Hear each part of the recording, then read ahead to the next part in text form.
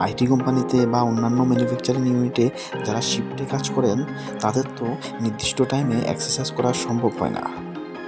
পাশাপাশি unhealthy oily খাবার, junk foods, বাইরের তেলেভাজা খাবার, এই সব কিছু সময়ের সঙ্গে ধীরে ধীরে আমাদের ধমনী বা শিরা উপশিরাতে কোলেস্টেরলকে জমাতে শুরু করে।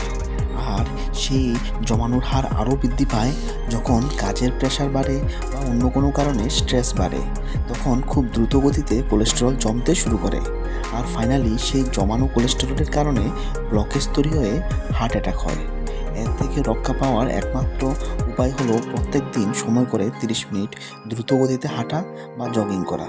তাহলে ধমনীতে জমানো কোলেস্টেরল দ্রুত গতিতে গলে যাবে আর আপনার হার্ট ভালো থাকবে, শরীরের প্রত্যেকটা অর্গানে ব্লাড সাপ্লাই বাড়বে আর শরীরের প্রত্যেকটা অর্গান খুব ভালোভাবে কাজ করবে।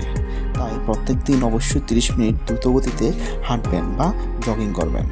ধন্যবাদ বন্ধুরা ভিডিওটি দেখার জন্য।